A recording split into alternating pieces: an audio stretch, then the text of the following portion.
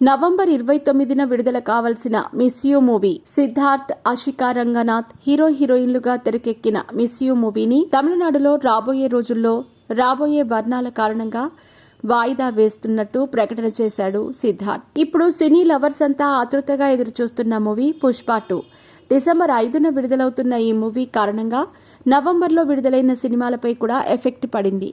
Mechanic Rocky వంటి సినిమాలకు మంచి టాక్ వచ్చినా బాక్సాఫీస్ దగ్గర టికెట్లు తెగలేదు. పుష్ప 2 మూవీ కారణంగా ఓ సినిమా వాయిదా పడింది. సిద్ధార్థ్ హీరోగా తెరకెక్కిన మిస్ యూ మూవీ నిజానికి నవంబర్ 29న విడుదల కావాల్సి ఉంది. ఈ మూవీ ప్రమోషన్స్లో సిద్ధార్థ్ చేసిన కామెంట్లు సంచలనం క్రియేట్ చేశాయి.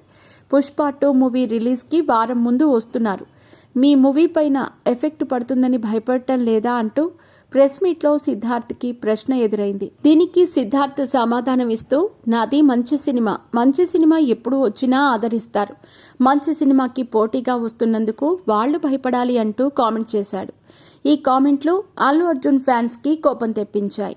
అసలే సిద్ధార్థ్కి తెలుగులో అసలు మార్కెట్ లేదు. గతేడాది వచ్చిన చిన్న సినిమాకి మంచి రివ్యూస్ వచ్చినా బాక్సాఫీస్ దగ్గర చెప్పుకోదగ్గ రెస్పాన్స్ రాలేదు. తాజాగా మిస్ యూ మూవీకి అసలు రెస్పాన్స్ రాలేదు.